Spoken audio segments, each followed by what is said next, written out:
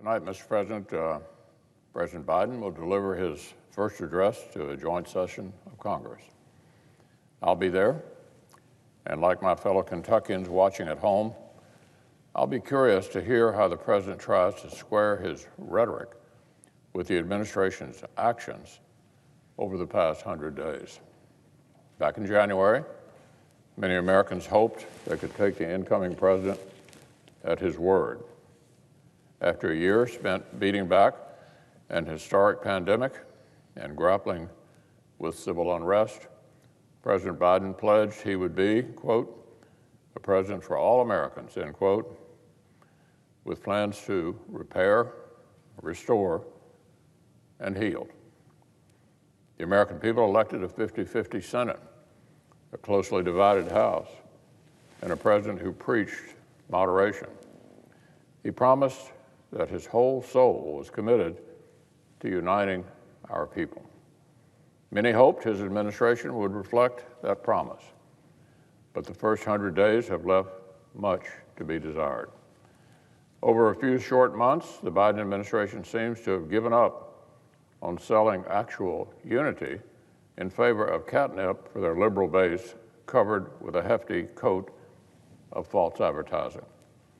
That's how the so-called American Rescue Plan, a grab bag spending bill that directed less than 10% to vaccines and pandemic health care, was marketed as a COVID-19 relief measure. In actuality, it sent sums of money to state governments whose revenues had already rebounded and declared war on the formerly bipartisan consensus that welfare spending should actually be linked to work. Or take H.R. 1, the sweeping effort by Democrats to mount a partisan takeover of all 50 states' voting laws, along with the Federal Election Commission for good measure.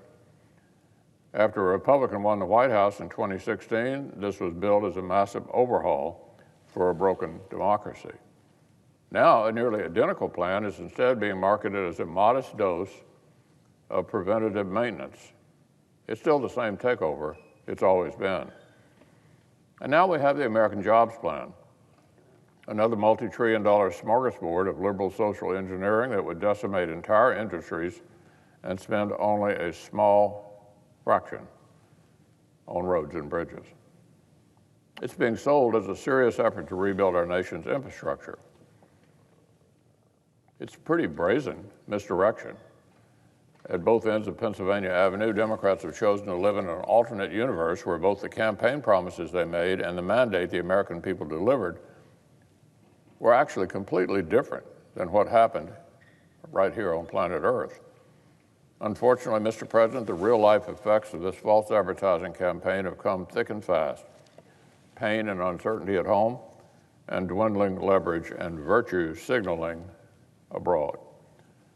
First came mixed messages on the status of the pandemic. Existing vaccine distribution efforts surpassed President Biden's supposedly ambitious daily target on the day he was sworn in. When their own top health officials accidentally let slip the hard science on school reopenings, the administration bowed to big labor and walked back their comments.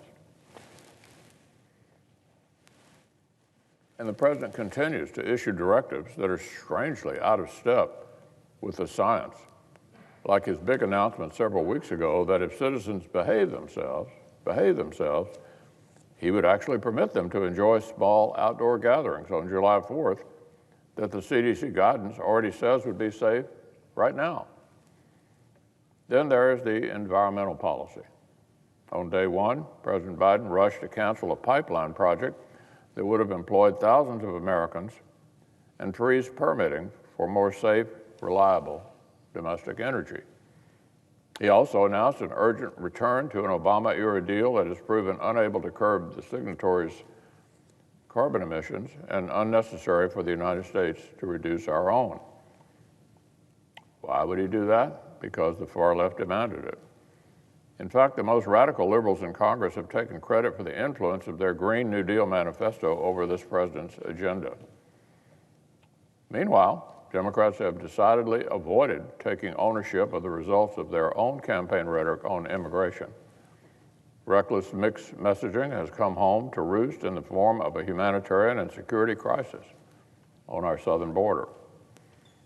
Soaring numbers of migrants are arriving, some wearing Biden campaign shirts, convinced, as one put it, that Biden promised that everything was going to change. Among them are record numbers of unaccompanied children cramped into overflow facilities who become the tragic face of this story. Yet through it all, the White House foremost concern seems to have been to avoid calling this what it is, a crisis. And while broken immigration policy threatens security at our borders, a dangerously misguided foreign policy threatens our safety and standing overseas. Years of carefully assembled multilateral sanctions had created an economic straitjacket around Iran's terrorist state. But in its haste to turn the clocks back to the Obama era, President Biden's negotiators have offered to give up massive portions of this leverage just to get Iran back to a failed nuclear deal. Further east, American forces have been ordered to make a hasty total withdrawal from Afghanistan, to leave coalition partners and vulnerable Afghans high and dry, especially women and girls, to pave the way for Taliban rule and to enable an al-Qaeda resurgence that could again threaten our homeland. And while national security experts are nearly unanimous in urging the administration to focus on competition with Russia and China, the White House has proposed to cut defense spending after inflation and put our armed forces on the back foot. Ignoring the facts, passing the buck, squandering leverage. This is not what the American people bargained for, and they know it doesn't have to be this way. Past presidents and Congresses have found ways to work effectively to make lasting and bipartisan progress on important issues. For example, when we crafted smart policies to improve actual infrastructure, big bipartisan majorities have signed on. Just last year, when we worked across the aisle on targeted rescue packages to help American families weather a once-in-a-century pandemic, not one of the 5 bills we passed last year earned fewer than 90 votes right here in the Senate. This year, the story has been different. Behind President Biden's familiar face, it's like the most radical Washington Democrats have been handed the keys, and they're trying to speed as far left as they can possibly go before American voters ask for the car back. But it's not too late. This White House can shake off its daydreams of a sweeping socialist legacy that will never happen in the United States. They can recommit to solving our nation's actual problems, to fostering consensus instead of deepening our divides. That, Mr. President, is what the American people want and what they deserve, not an administration that chooses to govern like it owes everything to the radical left.